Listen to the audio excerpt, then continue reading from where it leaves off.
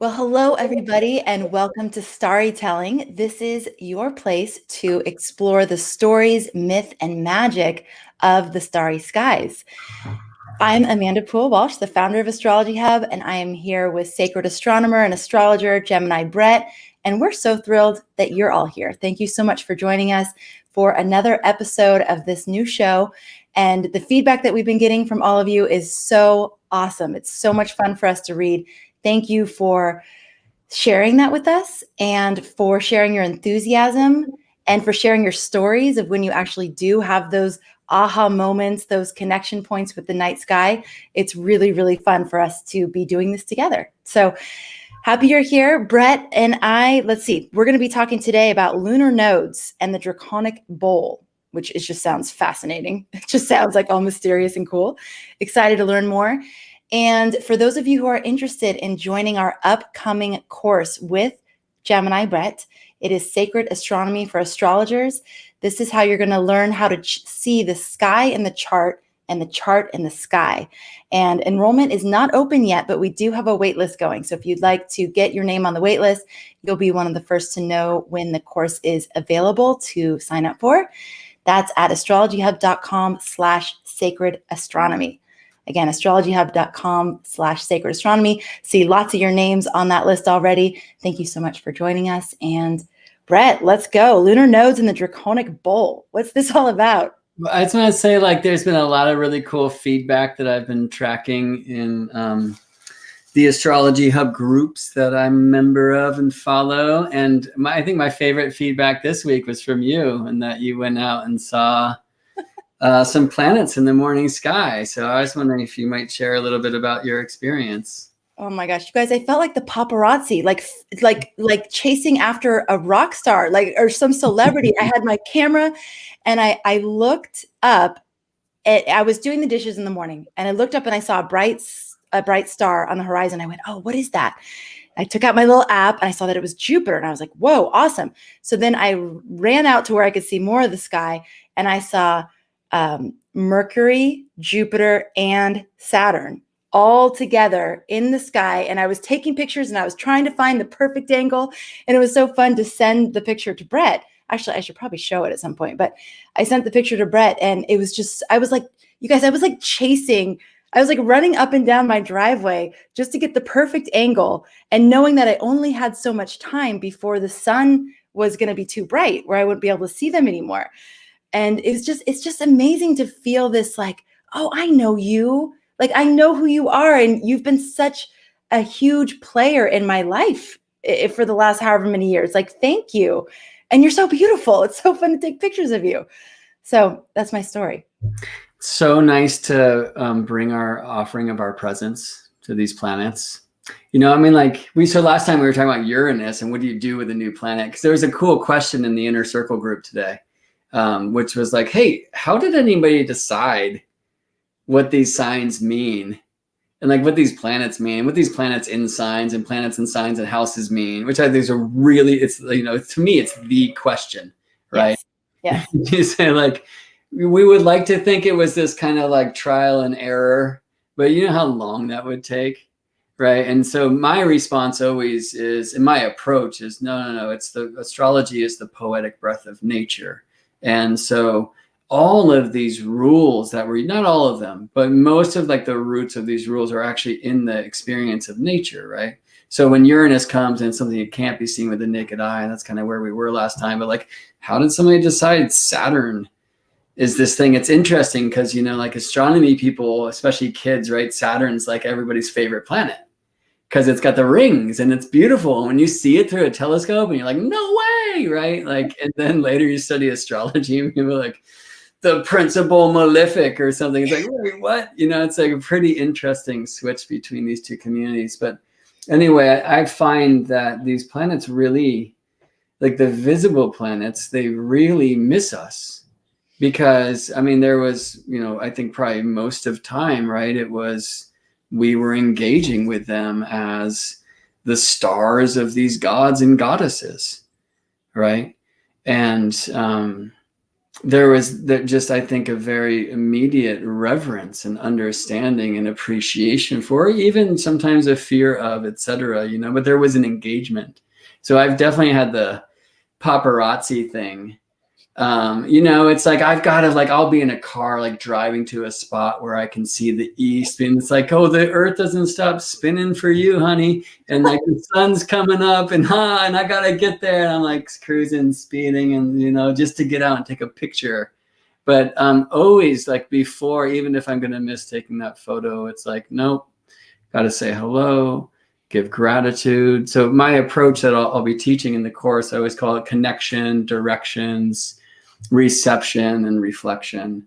And so the connection part is so important. Just whatever you're doing, you know, I love that you had that experience as you're like, I'm doing the dishes, and suddenly, what is that? And then, oh, let's go outside.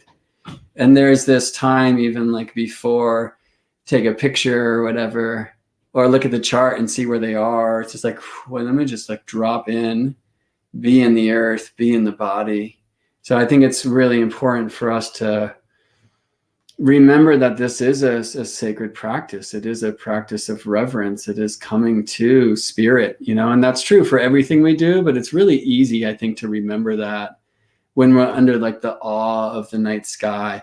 For me, it can get really complicated, especially now when I really want to take pictures and show them to people.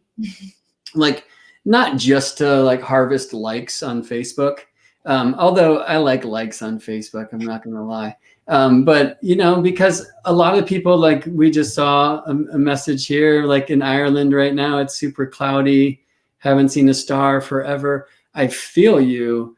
I lived in Seattle under this huge cloud for so long, and it's tricky, you know. I mean, I think fortunately for me, because I was really opening into my, like, being a sky guy at the time, that it's like, well, the sky's not going to allow, so probably I'll go to some of these books that I'm reading, or get into that web class, even though I'd rather be outside, or the planetarium software really started kind of opening up for me, as that's kind of the only place that I could connect to the sky for a while.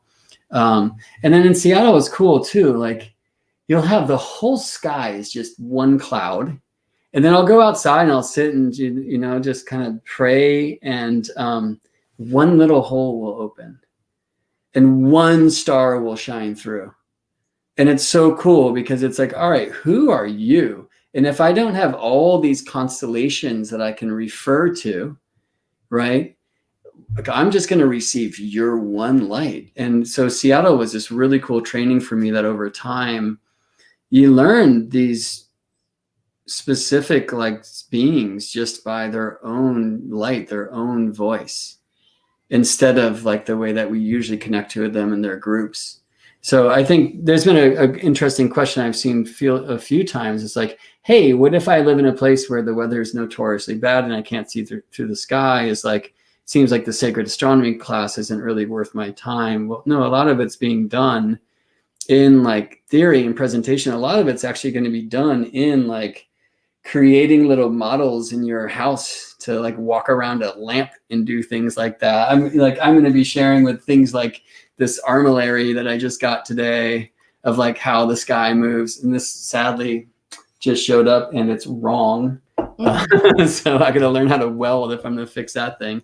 But and then we get, sorry, but the earth is a stationary plane. See the Michelson-Morley experiment. Danger of comments as we get flat earth things. So, by the way, if you take the Sacred Astronomy class, where I won't be teaching the flat earth model, although it's something that I've definitely considered and the ancients considered, I can show you how to have earthly experiences with your own eyes that very much will prove to you, using your own intelligence, that we have to live on a ballish kind of thing. And it's really easy to do, actually, though you need a plane ticket. Anyway, so yeah, you don't have to live under dark skies. In fact, it can be more helpful to meet the constellations and these planets like in the urban centers, where you're not overwhelmed by a gazillion stars. Like, Hawaii is a lot harder to find the constellations of the Zodiac than here in the Bay, because in the Bay I can't see any of the other stars. right? So it's like, oh, it's like, and when you're in Hawaii, it's like, oh my gosh, there's a gazillion stars around all of those figures, right? Anyway, so those are a couple of things that came up that I wanted to address. And I'm wondering if anybody, last time we were talking about turning our back to the moon on that night and facing Uranus, and I'm wondering if anybody had a Uranian experience. We also talked about Mars and the Pleiades. When I'm speaking, I'm hearing that echo thing, Brett, with you. Yeah. Oh, perfect. Thank you. Yeah, the Mars and the Pleiades thing, which I was delighted to look out my window at one point, and they were literally just right there. It was like Mars, Pleiades, like, wow, thank you. But the other thing I was thinking as you were speaking about when we have cloudy skies or when we're in an urban setting and we can't see the sky as much, as the sun was rising and making those planets that I saw that morning invisible, it was interesting to think, like, just because they're out of sight, does that make them any less alive? Does that make them any less available? Does that make them any less powerful? And it's kind of like the way we navigate this world. It's like out of sight, out of mind, but why? I mean, why do we place so much value on the things that we can actually see over the things that we can't see? So it's also an interesting exploration to continue to connect with them, even when the sun's out or when the clouds are above you or when you can't see them. Are you hearing that echo again? I moved my microphone and then I unmuted. Just let me know. And I'd be interested if other people are hearing Amanda echo, because we're just testing out this new realm. Yeah, one thing I love about now being a student of classical astrology is there's a lot of the delineations are based upon visibility, which of course I like because I really like this kind of natural experience and exploration of the heavens. So now that's not going to apply to Neptune and Pluto and Chiron and other beings that are kind of new to the set. So there's actually two kinds of visibility, and I'll be speaking about this in the course. It's like actually there's a whole one of the modules is devoted to synodic cycles, which is say, okay, well, yeah, the sun rising light took Saturn and Jupiter and Mercury from your eyes that day, but they could be seen in Japan. Do you know what I mean? And so somewhere on Earth, you can experience that being. This is not true for Venus right now. Like Venus is what they called combust. She's so close to the sun that there's no telescope on Earth. There's no way. She's literally behind the sun. And that's a thing. And that Venus disappears to our eyes for like 60 to 100 days, depending on the cycle and where you're looking from. And so, of course, we should delineate that, right? I remember like being into that at one point. I was at a gathering in Seattle, and I saw that Venus was just kind of going behind the sun. And I read a couple like horoscopes or like, oh, Venus conjunct sun. Like this is the love light, right? And so everybody's going to fall in love. And I was like, oh, I don't really think so. Like this is Venus, like this is Inanna. In the story where Inanna like dies and is later reborn. And so, I was talking to a friend, we were pouring tea together that night at the tea table. And I was like, yeah, because he said he saw some of these articles about love light. And I was like, maybe. And I was telling him about the story. And then 4 like couples came to the tea table, like breaking up that like in such a difficult space. I was like, right. So this is like what the ancient astrologers would say about this thing. And so there is something very interesting about visibility, lack of visibility, right? Because so much of my interest is like, well, how does this thing work anyway? Is it just light? Is it that these mirrors in the heavens are reflecting sunlight in their own unique way to me, and that kind of arrangement of the mirrors?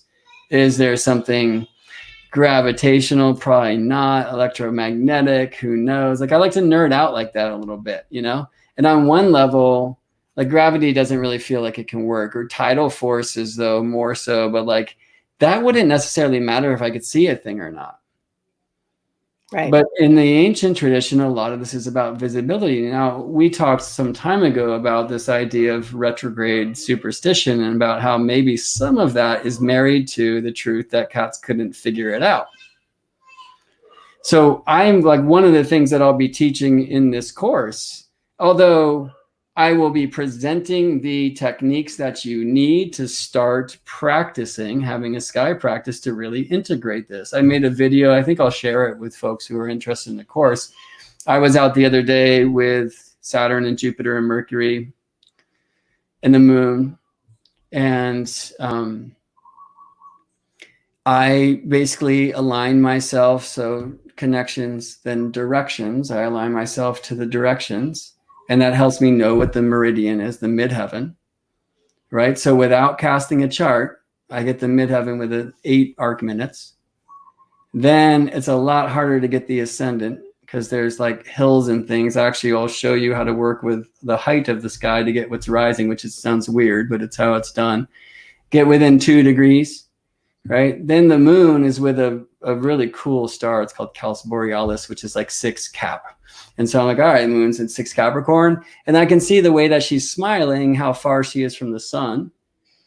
So then I can tell where the sun is, which is this whole idea of Diana delivering Apollo's light, right? Because when the sun rises, we have no idea, right? And so like these kinds of techniques for me are ways where we can now connect into how a chart was cast in the day. Like I'm talking about before the tables, like literally before clocks. The sky is the clock. And when we start receiving and just having that embodied experience, right? And you don't need to be away from city lights to have that. Like I do this in our backyard all the time, like literally 2, 3 times a night. And it's part of my practice. It's part of my yoga. There's something like ancient creeps in. And then you also start learning how a lot of these rules, like there's not only exceptions to the rules, but it's like usually it's an exception. And there's so many variables. And but it's not nerdy. It's like the sky telling you stories, right? And it always sends me into storytelling mode. After I'm like in and connecting, it just receive these things. And it's like, see, this is going on. So long story, but I feel that one of the things also in this idea of when planets become invisible, or even trying to work with the sun in the way that we design these old devices and whatnot to actually see where the sun is in the zodiac, because we can't tell. The sun's too bright to see the heavens, right? That it gets kind of frustrating. And then if we don't have these computer buttons where you can just cast charts and do our thing, which is great, we do live in that age, that's important to know, right? But that when a planet's not visible, like you don't know where it is. And that's really frustrating if you're trying to cast a horary or an electional chart or a natal chart for a child who's just born. And I know Mars was there when he disappeared and probably is around here, but maybe changed signs, and I can't really tell, right? So I think some of that's also kind of tangled into some of these old delineations of difficulty.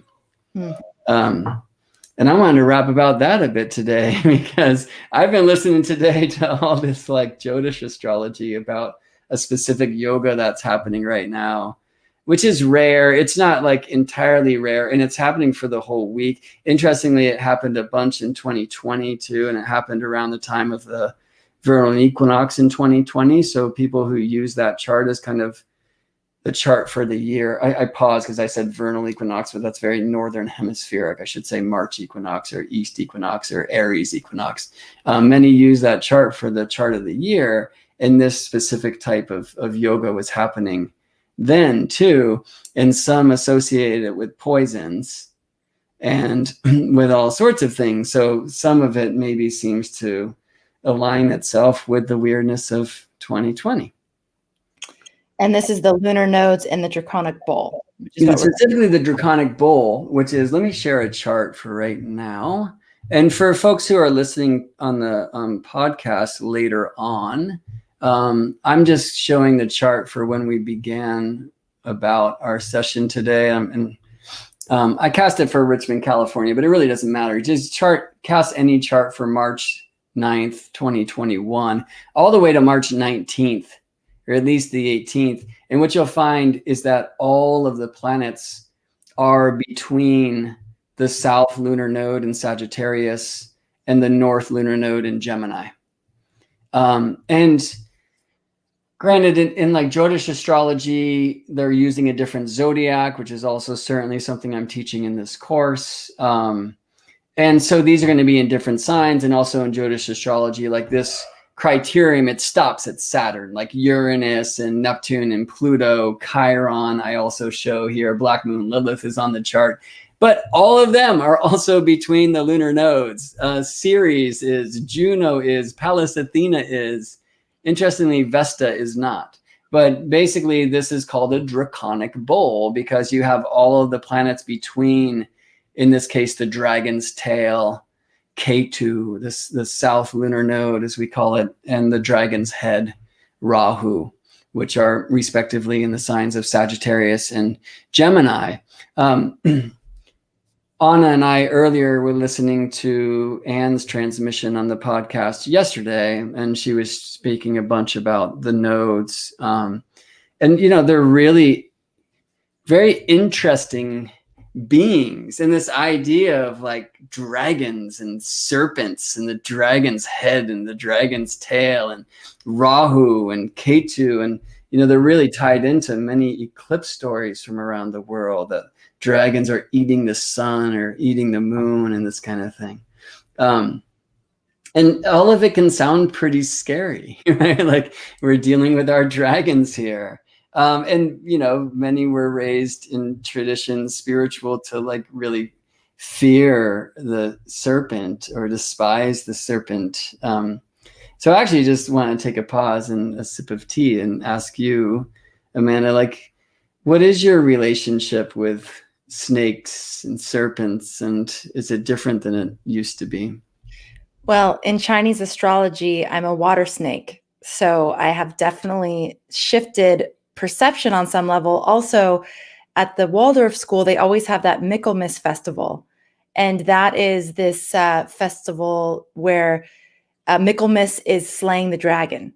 But it's very much about the light, and it's very much about finding the inner light, and there's all these different ways that they try to slay the dragon, but in the end it's essentially embracing it, encompassing it, like bringing it in, and all the other tactics, they always do this little play, and all the other tactics don't work.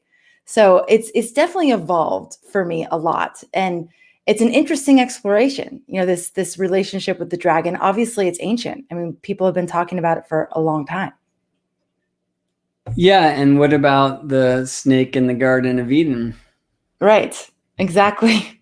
I was talking to my daughter about original sin the other day, and she goes, well, why? Like, why was everybody born with sin? And I said, well, I guess it goes back to the Garden of Eden, and they ate that apple. And that was like really a bad idea, So it is so ingrained and meshed in our mythology and stories and culture.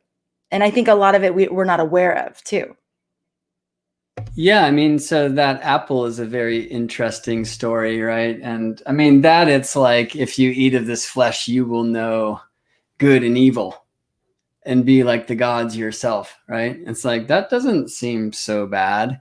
Many traditions, we see these feathered serpents, really, that seem to be speaking the feathered one, the bird that flies high, like the heavenly energy, and then the serpent that is literally under the ground or slithers, on the earth, like all of the body on the earth. I'm just working on this meditation for the class, which is just like, give your body to the earth, right? I'm like, think of us like your favorite dog just sleeping, like that, like all of yourself, right? But the serpent is there. It's just like, it's always all in contact with the earth. It sounds like Koa just got bit by one. It's a thing about Hawaii that I've loved. It's like, the worst thing that's going to happen is scorpions, super rare, centipede, like probably not out like in the middle of the grass, but maybe. Whereas like in Arizona, where I've done a lot of sky gazing and stuff, it's like rattlesnake, tarantula, like some pretty big spiders. And, it can be concerning. So I'm just in this meditation. I'm like, look, these are the things that like will block us from receiving the heavens, right? So like shame is a huge one. Or I can't tell you how often I'm sitting next to somebody and they're like, oh, I should know the constellations. And I just say, hey, say the same words, but like this. I should know the constellations. And then it's on. You know what I mean? Like, get the guilt out of the thing, right? Or like, how can I be an astrologer that doesn't know which of these lights are planets, right? It's just like, oh, how can I be an astrologer which knows which of those lights are planets, right? It's so easy, but we are just trained in so many ways to kind of carry that guilt. But there's also this deep like fear. There's, I think, a fear of the sky. Like I'm sure there's something really deep in our own serpentine DNA, right? Which probably speaks a little bit to the world tree and good and evil and these things. But I'm sure there was a time like deep in our species history where a light fell from the sky and almost killed us all. And that there's like a lot of fear, just like natural fear. And then we have a lot of fear around the earth, like not just snakes and tarantulas, but people, and cold and ticks and whatever it may be. So I think, we really want to like be good to ourselves and embrace that and love these things and make sure that we're cozy and warm when we go outside and all that. And also just like, know that we are going out into the darkness and into the mystery. The day is more of a rational thing where we're meant to kind of steer by the light, and at night it's a very different thing. It's more opening that intuitive side, that receiving side of ourselves, and that's something that we've been trained to fear as much as we've been told to fear these serpents, or suddenly you get an apple and you're naked and it's a terrible thing, or like what's going on anyway. So yeah, I mean, I think it's interesting that we get a lot of serpent drama when we look into the way that these nodes were spoken about by the Hellenistic astrologers, and certainly later in the Western tradition, and definitely in like the Jyotish tradition as well, where this It's Vedic, right, Brett? For people that don't know. Yeah. Thank you for saying that. Yeah. So Jyotish is maybe a more accurate title for Indian astrology that most of us call Vedic these days. That's kind of used one and the same. And I should say Vedic because people are more familiar with it. Vedic specifically refers to the Vedas, like a group of spiritual texts, and this astrology comes from that, but also from later on and from different sources. Jyotish is like I think it's the study of light, or the voice of the light, or something more poetic. I wish I could say for sure. Maybe somebody could write that in the comments if you are hip to it. Yeah. So I love this image of like the feathered serpent, right? And I love some of these old serpent stories, and they really are telling us about scientific knowledge, like astronomical awareness. So maybe the best of them is, we're not going to take the time to tell the whole story now, maybe when it's eclipse season in May and June, because like my favorite eclipse story, as it is for most, is the story of Rahu, when Rahu became Rahu and Ketu. But I'll tell you the beginning of that story now, which is that this was before the Devas were immortal.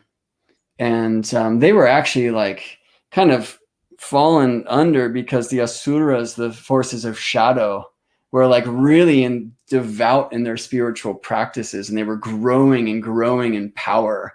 And like the Devas, the forces of light, had to like step up. So they went to Brahman and they asked for immortality, and he said, no, you're going to need the Amrita, like the sacred elixir, the Soma.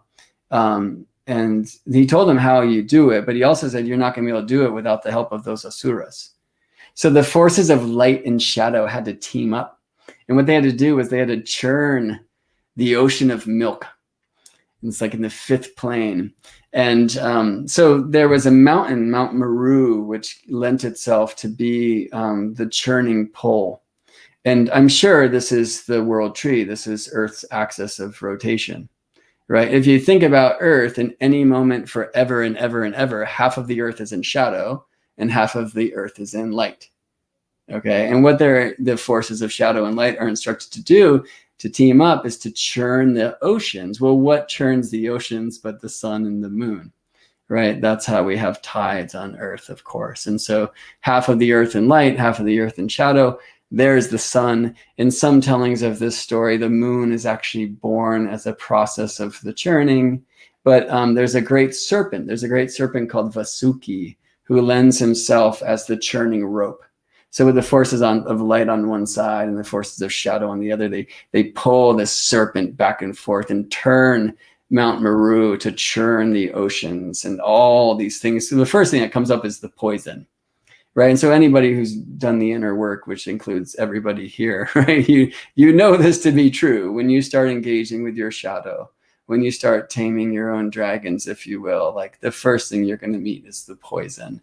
And it tends to be things that have been right on the surface, but we didn't even see until we went and had a look. And it's tricky to deal with, right? In the story, Shiva kind of comes and deals with it for us. And so I want to stop there because it's a long story. Eventually they're successful and it goes on and comes to Rahu and Ketu are said to be the head and the tail of the serpent. But there's a really cool head and the tail of the serpent bit before that where Vasuki, where the Devas understand that it's probably wiser to be at the serpent's tail than at the head, because this is like this giant fire-breathing snake, right? And so they like do the kind of reverse psychology thing, or they're like, oh, we want the head. Okay, well, like we'll do this with you guys, but we're on the head side. And the Asuras are like, no, we get the head. And it's like, okay, right? And so they're like getting fire spit on them the whole time where they do this thing. You know, actually, I should just continue a little more because we're going to talk Rahu and Ketu. So Rahu is one of these Asuras. And basically, they succeed. They manage to churn the milk ocean and retrieve the Amrita. And but then a great trick is played where who is it? I'm trying to remember which of the lords comes. Anyway, takes the form of this beautiful dancer, Rohini. Maybe somebody could say that too. And he gives like the goods, the Amrit, to the Devas, but substitutes like a false thing for the Asuras. So only the Devas will become immortal. And I'm just tripping on, I can't remember this name. It's crucial. But anyway, so all of the Asuras are drinking this like false substitute, except one who is Rahu, who had this thing for the moon and the sun, for Chandra and Surya. And he sees him and he's like, oh, I want to sit by their light. And so he's sitting by the moon and the sun as everybody's drinking their stuff. And so he gets the goods. But right when he sips, they rat him out. And they're like, yo, this guy's not one of us. And so a chakra is thrown through the air by Mohini, and it severs Rahu's head from his body. But he's already drank the elixir of immortality. So now the one Asura, Rahu, simply has become two. And he is the head, Rahu, and then also the tail, which is Ketu. Right. And so we know these beings as astrologers as the north and south lunar nodes, respectively.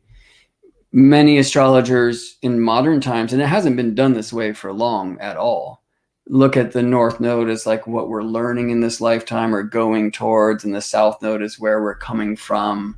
There's some remnants of that maybe in the Western medical astrology tradition, where the south node is very much kind of a force of digestion and even excretion. In the Vedic tradition, which isn't something I've studied too much of, but they're seen in a very different way. Hellenistic astrologers work with them in a very different way. And so when I see this so-called Draconic Bowl, or it's called the Kala Sarpa Yoga, right? When all the planets are between one node and the other node, right? So which means they're all gathered in one half of the zodiac because the nodes are always exactly opposite one another. And so this is what we have right now, south nodes in Sagittarius. And then you have planets, depending on how far into the solar system you want to look, but like Pluto's in Capricorn. Aquarius is currently hosting Saturn and Jupiter and Mercury. And then in Pisces, we have the Sun and Venus. And then in Aries, we have Chiron, if you want to play with centaurs, and Eris, who's been there forever. And then in Taurus, we have Uranus right now. And then the North Node in Gemini, where Mars is there too. And so like the kind of highest level Draconic Bowl or Kala Sarpa Yoga, which is like this dragon dharma, this dragon karma, would be Mars is not in Gemini. That there's nothing but the nodes in their own signs, and all the planets are in the signs between, and every sign in between too. Like that's the kind of highest level of this Draconic Bowl. So the issue here is that when I listen to YouTubes and read what it's about, it's just like, you don't want it. And it's just like, well, how can this be so bad? Because I'm looking at chart examples and a ton of them. I have this book actually by the name, The Draconic Bowl by Alan Anand, who's a really cool novelist. He's written some like Zodiac novels where a guy solves crimes with astrology, which is cool. And then he's written a bunch of astrology texts as well from kind of mostly a Vedic basis, but he also studies and practices traditional Western astrology too. And he's just like, there's all these chart examples. I mean, some of them are like Hitchcock, where we feel like a lot of dragon there for sure. Like Aleister Crowley was one that I've seen. But then like Robert Blake, who is certainly one of the mysteries, like no doubt about that, but maybe a little bit less, I don't know, on the dragon side than Crowley and Hitchcock. So I just see somebody's asking, what is the name of the book? It's called The Draconic Bowl by Alan Anand, which is Annand. Yeah, and so the one thing I've heard actually is that somebody's going to have a life with a lot of ups and downs. And so that intrigues me, because this is why we hear all of these serpent stories with the lunar nodes. And, you know, I want to do this actually without pictures. When I do this in the class, there'll be about 30 different illustrations that come with this wrap right here. But I want to do this like honoring that folks are going to be listening on the podcast only. So the lunar nodes are from Earth's point of view, where the path of the moon crosses the path of the sun. The moon is on a different course. She separates from the ecliptic, which is the Earth-Sun plane, the plane of the year. And that's literally in my course, that's module 1, the ecliptic. It is that big of a subject, right? And we really want to take our time with this. And like, it's not the assumption that everybody's a beginner, but most astrologers are relatively new at the astronomical side of the thing. And I also want to do this in a reverent way, right? So I call that ecliptic the circle of spirit. And there's a reason for this that I like to show, okay? And the moon's path I call the circle of soul. And every month the moon snakes above and below the path of the sun, moving from, like, we can say earthly and maybe even, you know, towards the serpent side, moving from earthly across the circle of spirit up towards the heavens at the ascending node, and then crossing about 2 weeks later at the descending node, where the moon then moves from places of the zodiac that the sun could only dream to go. They're like more heavenly, and now crosses down to the earth. And a couple of weeks later, she's at the dragon's belly.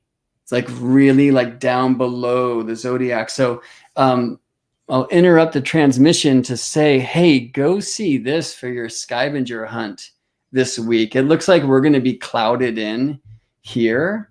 But the moon has just moved into Aquarius. When we started today, the moon's conjoined Saturn. And so if you right now are where the sun is about to rise, turn this thing off and get outside, because right now it's like Moon, Saturn, Jupiter, Mercury all gathered together. In California and Hawaii, we're set up for really good timing with this, where it's going to look like, and I do want to show you an image of this in Stellarium software. It's going to look like Saturn, like a bit higher, and then Jupiter below, which I know you saw the other day, Amanda, and then Mercury's down below Jupiter, and then this sliver crescent moon, like Hecate's bow, the last moon of the cycle, is going to be with Mercury. But if you're looking at the image that I'm showing here, and sorry for those who are listening on the podcast because you can't see it, importantly, what you're going to see is though moon is like conjunct Jupiter in the chart of this moment, the moon is nowhere near Jupiter. They're like making the moon, Jupiter, Mercury, making a triangle. And that's because the moon is on her own path. Every planet's on their own path. This yellow line you see here, that's the ecliptic. That's the Earth-Sun relationship. But Saturn's got his own gig, Jupiter, Mercury. And so a cool thing that's true about this is the moon is going to come below those planets from the northern hemisphere's point of view. Okay, so I used to delineate these things in that way. It's like, okay, what is it to be below? And the answer, like, it's earthly, it's grounded, it's coming down, you know, that's the serpent. It wants to reach into the bones of our ancestors, the lineage of the wisdom traditions of the soil, you know, and that's like, for me, that's that thing. Whereas like above the other planets is like reaching for the stars and doing more of the feathered side. Does that make sense? Definitely. Right. Yeah. So this is my work, right? It's like, yeah, I don't know where all of these rules came from. You're going to tell me that the North Node is where my soul's going and the South Node is where I'm coming from. Okay, why? And it's like, oh, because that's what the book said. That's what my teacher said. Or very importantly, because it works, right? So that's really important. It works, right? I mean, look, so astrology, we always have to wrestle with, okay, well, does it work because I want it to? Right. I mean, I've seen, like, Maurice has shown a lot of cool examples of like, here are some people who know that this was their past life and look at the nodal axis. It's like the same. And right. So we want to see that, right? We want to see that kind of research-based astrology. I'm a huge like theory cat. Like I love getting out and just opening myself to the mystery of the sky and saying, why and how? And what is it, right? And it's like, oh, this. And so I have all these like trippy theories, but then I need to apply that and sit with clients and see how much of it is me like wanting my theory to succeed, which is shit science that all scientists do. We need to be wary of and careful of, right? And then also like, yeah, it's the same thing with the ancient astrology. I want to apply it. I want to see if it works. I'm certainly not going to tell somebody, oh, you've got the Draconic Bowl. Like, I hear you're feeling a lot of ups and downs in your life. But if I'm sitting with somebody and they're like, my whole life has been up and down. And you see why, as the sacred astronomer, I like that in relationship to anything nodal, because the nodes are where the moon goes up and down across the sun's path, right? And so if there's this kind of like amplification of the importance of the nodes, perhaps in these Draconic Bowl charts, then maybe I would expect to hear that. But if I'm just going to tell somebody that's who they are because I need to like stoke my wizard ego and show people how clear my crystal ball is, right? Which I used to think was the way that you gain somebody's trust in a session. You show them how good you are, right? Let me tell you what your dad did for a job, you know, and how old he was when your mom left him, and, you know, and you can do it with this job, and it's kind of cool. And sometimes you can win some points by amazing folks, but you know what earns trust a little bit more? Things like, how are you feeling? oh my gosh, are you okay? Right. And when we ask questions like that, when we remember we have twice as many ears as mouths, then we get to learn astrology twice as fast. Because instead of trying to like force our astrology onto somebody, we get to learn what astrology does simply by hearing them speak the gospel of their experience. Brett, so would you say, so in the Vedic tradition, this Draconic Bowl is this up and down kind of experience. Right now, we have the Draconic Bowl in the sky. So it's like it's a period of time, right? So by those definitions, would that be a way to explain how people may be feeling right now, like that up and down? It's funny to me that Anne and I talked about the roller coaster yesterday. I don't think she was saying an up and down emotional roller coaster because of the Draconic Bowl, but she might have. But is that a way that you would interpret transits too, not just someone's birth chart that has that in it? It's not a way I would interpret it, but I'm certainly looking. You're looking. I mean, I am intrigued because, right, so the question you're asking, right, like the general question is, okay, if this is a thing that applies to a natal chart, and first of all, does it, right? But if it does, then does it also apply on a mundane level? Is this a global thing? Because, you know, it's not just today, but it started as soon as the moon crossed her node in Sagittarius, and it will be a Draconic Bowl until the moon crosses her north node in Gemini, which is March 19th or the 20th, depending where you live on Earth, if you're doing, you know, the Empire's Pope calendar thing. And so it's like a long period of time, right? And it's not only a long period of time this month, but there's one in January, February, March, April. As soon as Mars crosses over the North Node, and you can watch this, Amanda, right? We've been watching Mars with the Pleiades, which is in our day and age, the cusp of tropical Taurus and Gemini. The North Lunar Node is currently around 15 degrees Gemini. And the eye of the bowl, so after the Pleiades, you'll see this really cool V, very prominent. And that's the face of the bowl. And the bright eye is called Aldebaran. It's said to be one of the 4 royal stars. In our day and age, it projects to 10 degrees tropical Gemini. So when you see Mars cross past that star and then cruise for a little bit longer, and part of what I'll show in the course is like how we can use our pinky fingers at arm's length and different like hand positions to measure the sky with a ruler that's built into your body. Then you'll see actually Mars cross that node, or the area where we know the node is thanks to our charts, right? And then the bowl's broken up. So, I mean, it's interesting to consider, like, even if you stop at Saturn, which the traditional astrology would, we can never have a Draconic Bowl if Jupiter and Saturn in their 20-year cycle that we've all been exploring as astrologers recently, like if they're in opposition, it can't happen, right? Because they can never be within the bowls if they're in opposition, right? So it's only going to happen in the 10-year of the 20-year Jupiter-Saturn cycle when they're in like the opening phase of the cycle. Module 5 of the class, by the way, opening and closing phases.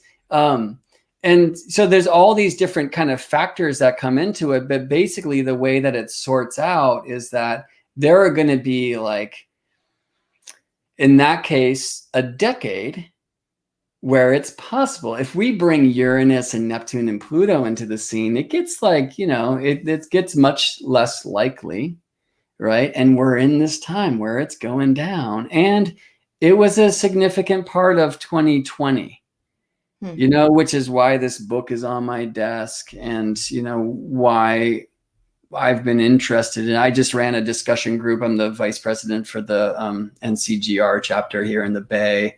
And I started doing these monthly discussions. And it just led to that, you know, what's up with the Draconic Bowl and the Kala Serpa yoga? And I'm like, I don't know. But since then I've said, okay, well, let's think about what it is in the sky, right? So here I have the moon literally, because what happens when the moon crosses her descending node is she goes down below the ecliptic. And for the most part, until we get to Pluto, where things get really wonky, the planets typically stay within a tighter range of the ecliptic than moon does. I mean, I want to be accurate. Mercury and Venus can go further out, but it's much more rare. But so what's definitely happening now is, from the northern hemisphere perspective, the moon is going to go like below all of those planets, closer to the ground, all of those planets, right? So as she's moving through these signs, she's going below Pluto, she's going below Saturn, she's going below Jupiter, she's going below Mercury, she's going below Venus, she's going below the sun, she's going below Uranus, she's going below Mars, and then she'll cross the ecliptic again. So she's literally kind of like traveling between the heavenly realms where these planets live, and they're like with the sun's path, and like bringing the earth to them. Do you feel me? So like when I'm looking at this, I'm like, okay, well, what does it mean? Because I can't like get down with like, it's just going to be rough. I'll honor that possibility. It's not like things have been peaches lately. And look, if that's part of like the chart of last year, and it's been associated because of the poison of the serpent with poisons, and antidotes, that seems kind of interesting, because that's certainly been alive in the story of the time, right? Okay, so I need to tell a thing here, which is one of the great challenges of tropical astrology. First of all, our signs do not align to the constellations. They don't at all. And I will, in this course, bring you healing to that divide, okay? One response that tropical astrologers often bring to the table is, no, our signs are seasonal, which is great. But if you want to apply these same rules to folks born in the southern hemisphere, are you going to have to flip the zodiac around? It's a big problem for tropical astrologers. And I know some tropical astrologers that are like, no, I just won't even do charts for people born in the southern hemisphere, because they're so seasonally based. Which on some levels I can honor. But what I found, and what I will show, and it's a very clear and beautiful and elegant thing to see, is that the zodiac is directional. And whether you're in Australia or Atlanta, north is north. It's Earth's North Pole, which defines the directions. That's that world tree. That's that Mount Meru in our serpent story, okay? Still, in the southern hemisphere, the constellations appear reverse to our northern hemisphere experience of them, right? So I'll do a little example with you, Amanda. It's the one I like to do, the hand constellation that I'm holding up on the screen, okay? Actually, the Lakota saw Orion as a hand, amongst some other things. Okay, so I'm going to put this hand up in the sky between us. And let's say you're looking from the northern hemisphere. Well, you're looking from the southern hemisphere, and I'm looking from the northern hemisphere. For you, the tips of my fingers are closer to the ground. For me, looking at the same thing from the other side, the tips of the palm is closer to the ground. Does that make sense? Yes. And that's literally this. In the northern hemisphere experience, Orion is pointing his club up to the sky. In the southern hemisphere experience, Orion's pointing his club down to the ground. Right? And importantly, the North Node right now is very close to Orion's club. It points to 0 degrees tropical Cancer in our day and age, and the North Node is currently 15 Gemini, okay? So you can't see the nodes in the sky. If you learn to see the ecliptic, and I will show you how, you can see the moon crossing. Like I'll go outside and be like, damn, that moon is high, or that moon's really low. And there's an 18.5-year cycle where she like peaks out, and that's coming our way in 2025, which I'm stoked about. But anyway, you can learn to see the nodes. In fact, the things that we call true nodes, we only know that they're true when the moon is crossing them. Otherwise, they're this hypothetical astronomical astrophysics calculation, which in and of itself is trippy, because back to ancient times, the nodes are kind of associated with shadows, of course, because those are the places where eclipses happen, right? Like the new moon coming up in the tropical sign of Pisces is the furthest thing from an eclipse, because the sun is in between the nodes. And so the moon is not anywhere near the places where their paths cross. So from our point of view, depending on where on Earth you're looking from, the moon is either going to be well above the sun or well below the sun when they conjoin, and you're not going to see anything but sunlight. Or no eclipse for you. We're in between eclipse seasons. Some people call it the moon wobbles. Long conversation for another time, right? So the challenging thing is, and you hear these terms mixed, north node, ascending node.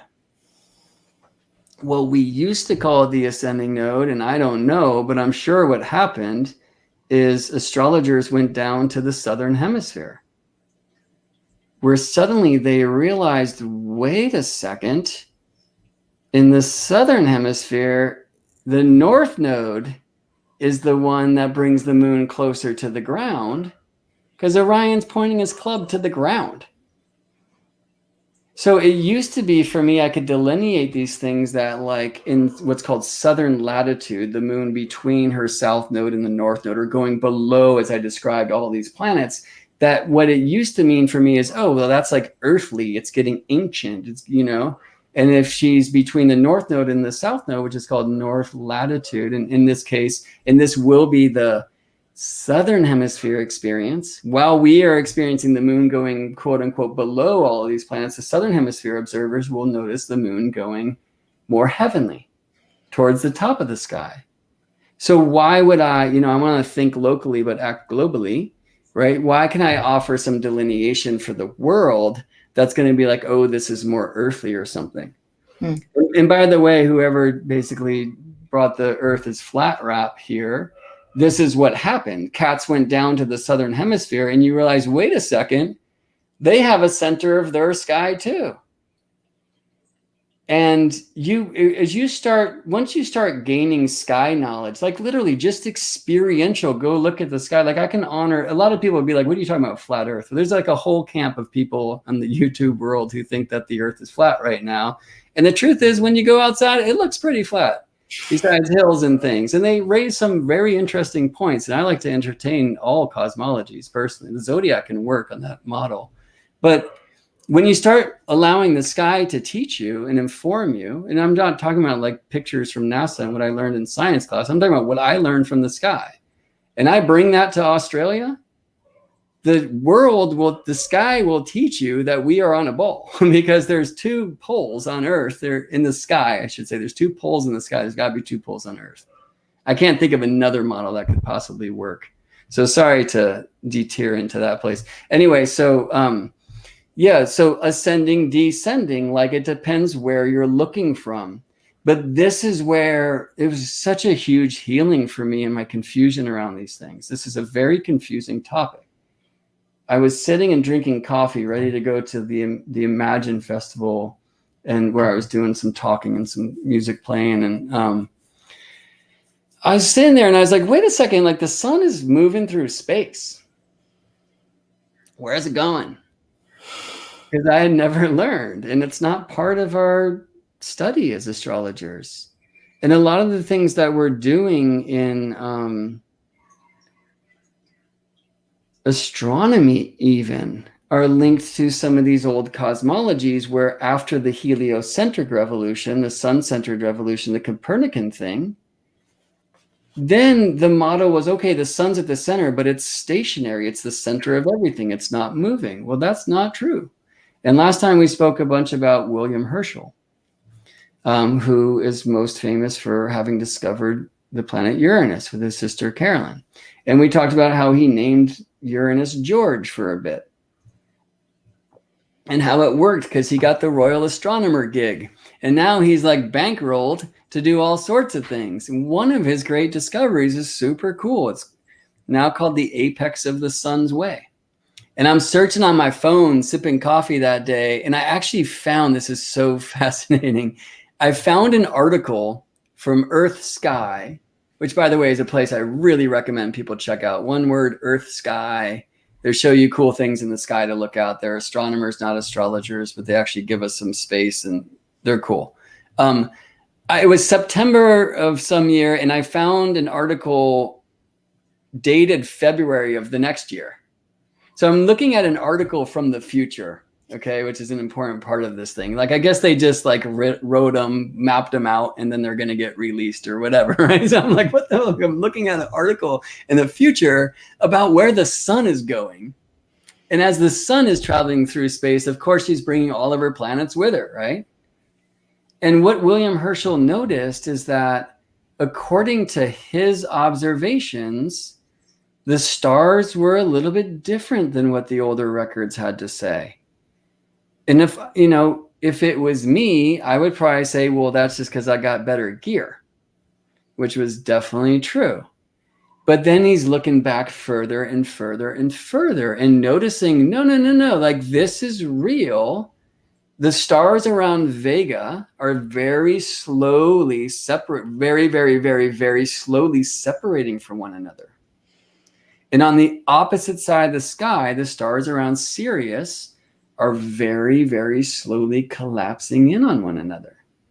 And he accurately saw that what this means is that just as when we're driving on the street and the trees in front of you seem to be separating from one another as the road's opening up, and in your rear view, the trees are collapsing in on one another, he realized what this means is we're like flying through space towards Vega and away from Sirius, generally speaking. And one interesting thing about that is a few episodes we were talking about how some of these myths seem to suggest that we come from the Orion Nebula, which is in that Sirius zone. That Sirius belongs to the sacred hoop, which is where the Lakota say we come from. Okay. And the opposite side of the sky, like Vega, which never ever sets when you're standing at Earth's North Pole. And Sirius never rises there. And this means quite literally, and not exactly, because in our day and age, Polaris is North Star. 13,000 years ago and 13,000 years from now, it was and will be Vega. But regardless, we are generally moving and quickly in all of the planets of our solar system with and because the sun are generally moving Earth north. Okay, so regardless of whether you're watching a planet, including the moon, cross their north node from the northern hemisphere, where they go from grounded to up towards the heavens, or from the southern hemisphere, where that same node brings their crossing from the heavens down to the ground, when you watch a planet cross the ecliptic, the circle of spirit, going towards the north, it's literally going towards our future. And when you watch a planet cross moving south, it's literally going to where we're coming from. And you can't step in the same river twice, but you can remember where you left a footprint or dropped your keys or something, you see? And so this whole like going to the north node, coming from the south node thing, it has astronomy. There's like natural roots here. I've never heard anybody talk about it this way.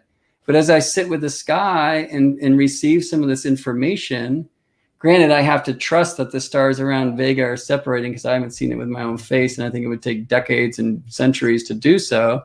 But it's pretty cool because this happens to me all the time. A teacher tells me a thing, I'm like, whatever, like, why should I believe that? And then I go ask the sky and I sit for a few years and it's like, oh yeah, that's right. But now that I know, because I've had the experience of it, now it's mine. I can intimately understand it. And so now, while I wouldn't say that this Draconic Bowl that we're experiencing now in March of 2021, and also for a period in January and a period in February and also a period in April, well, I wouldn't say it's, oh, well, these planets are going down into the ground and like receiving the earth and telling us to get into our bodies, because in the southern hemisphere it's getting more heavenly and going up maybe more higher chakra if you want. But what I can say is they want us to go into the past. They want us to know where we're coming from. They want us to get right with the ancestors, with the lineage, you see. And whether that wants for you to mean past lives and that, or your ancestors, or your genetic predisposition based upon, you know, the traumas your own carbon that you incarnated into has gone through, or whatever. If it's just your past in this life, it's just your past this year. If it's looking back to what your life was before the weirdness of 2020 or 2012 or whatever. This is a time where I think that the serpent comes around to remind us that like there is a tree of knowledge that we can eat from, and that it consists of the history books of our own life's experience. And it's time for us to kind of receive a lot of that wisdom from looking back on where we're coming from. And that's going to help us move forward in a good way. Wow. It's amazing how you just brought that all together at the end. It's incredible. And it makes a lot of sense. And actually it feels really good because I'm sure most of us have heard the sort of evolutionary astrology idea that we're coming from the south and we're going to the north, and that can be a little bit of a compass, I think, for a lot of people as we're making decisions in life. It's really nice to hear that there is an astronomical explanation for why that seems like it's true. Like there's truth to it. There's truth to it. And the Draconic Bowl thing is fascinating for us to all also experience and have that experience of how it's playing out in our lives. And so, like you're saying, once we have that direct experience, then we can speak to it. I've never heard of it before. So today's the very first day I'm hearing Draconic Bowl. I don't know how many of you have heard of this before, but to see it in the chart and just and consider how unusual that is and how significant it theoretically could be. And then now we get to try it on and do our best not to just pay attention to wanting to prove that it's true. Also try to have some, objectivity around it, which maybe I don't even know if we can do. We might need to ask other people about their experience before we say what always. Always. And it's so hard not to try to, lead the witness, yes. Right? When we want to hear a thing. I'll say, if people want to look into it, you're going to not find much if you search Draconic Bowl. But if you search Kala Sarpa Yoga, which is Kala and then Sarpa, or sometimes call Sarp Yoga. Yoga is like a planetary configuration. Anyway, in the Vedic work, that's not a great definition or description, but whatever. If you search that, you'll find a bunch of things you can look at. Bring your shield into that realm, and you're going to hear some pretty tricky things. Okay, but yeah, we could have just had a 2-minute episode where I'm like, yo, there's a Draconic Bowl and it means this. But I'm a huge fan of saying like, why, like, this is how I got to it means that. This isn't me just reading a book and saying, oh, it's going to be terrible. And, and it's going to be up and down, and maybe it will be, but I mean, that sounds like life. It's me like asking the sky, watching the movements, and then applying that thing called sacred astronomy. And I'm not saying that's the only way it should be done. Like, this is my work. This is how I'm kind of working with trying to receive the teachings of the sky directly. And for me, most importantly, all my students always hear this, I'm not here to teach you my astrology. I'm here to further remind you to remember yours. That's the point of the Sacred Astronomy course. It's like there is one official source, and it's called you. And the way that you start reading that book is go to the sky and connect the heavenly energies to the earth through the world tree that you are, and your book opens wide. And it's probably going to read different than mine, right? So I'm not really about, hey, this is this and this is that for everybody. I have to in my job, and it's cool. But I'm very much more interested in, let me show you how to receive your information and tell me what you found. Because even if it contradicts with what I'm finding, it's going to expand my knowledge of what it can be. Yeah. So anyway, we're living in interesting times, and there's a little bit about serpents and dragons and things. I've said that so many times in the last, I don't know how long, months. We certainly live in interesting times. That's absolutely true. Brett, thank you so much for bringing some of this mythology and story and understanding to what we're looking at. I've never even what you were just doing with your arm, the up and down across the ecliptic. that alone is like, oh, that's a new visual. And that's actually something really cool to consider. I would think, wait to the course, Amanda, because there are a lot of really cool visuals and illustrations and animations that will help you see that movement from, like, using softwares from here on Earth and then out from space looking at Earth. And it's pretty fun that we live in this like age of computers where I can like never sleep and just push buttons all night to create these things. But I'm very interested in presenting this dynamic information, not on just like static images, but actually in moving pictures and animations. I put a lot of time into it, you know, but it's also nice to not do that here and show a bunch of pictures, because you know, then we are able to actually start seeing a thing, not like a movie where we all have a shared experience, which is wonderful. But the difference between that and the book, where you're painting the scenes that the author is describing, it's much more intimate and much more personal. So I want to always be in both of those places. yeah. You know what? I appreciate that a lot. And you know what I was seeing when you were doing this? It could be a serpent, but I was also seeing my girls, they do handwork, and it also looks like sewing. Like you're going up and you're going down, you're going up and you're going down. So there's a lot of different ways to see it, and then like stories that go along with each different visual as well. So very exciting. We're so grateful that you're going to be teaching this course with us coming up soon. Enrollment is going to be opening on March 20th. You can get on the wait list now, and you will be the first to have the opportunity to enroll. And that's at astrologyhub.com/sacred astronomy. And thank you for being here, Brett. Thank you for sharing. Thank you for being who you are and being here every week with us. It's such a pleasure. And thanks to all of you for tuning in and for all of your comments and your stories and your enthusiasm in the chat. We'd love to hear from you. So thank you for that as well. And we'll look forward to being here with you next week. Same time, same place. We'll be here for StarryTelling. Thanks, everybody. Take care.